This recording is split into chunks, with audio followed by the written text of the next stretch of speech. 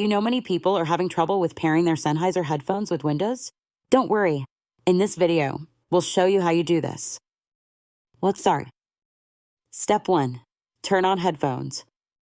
Turn on your headphones by pressing the power button for 2 seconds until the LED starts flashing blue and red. Step 2. Open Settings.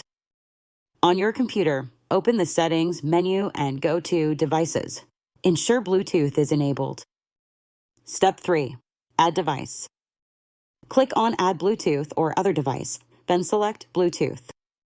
Step 4. Select Headphones. In the list of found devices, choose HD 4.50 BTNC to pair your headphones. Enter 0000 if a PIN is requested. Step 5. Confirm connection. When connected, you'll hear Connected and the LED will flash blue 3 times. Now you can enjoy your Sennheiser headphones fully connected to Windows 10. Still need help? Visit our website for the complete manual. There you will also find questions and answers from other Sennheiser users. Did you find this video helpful? By subscribing, you help us continue to answer users' questions. So, subscribe to our channel. Thanks for watching and see you in the next video.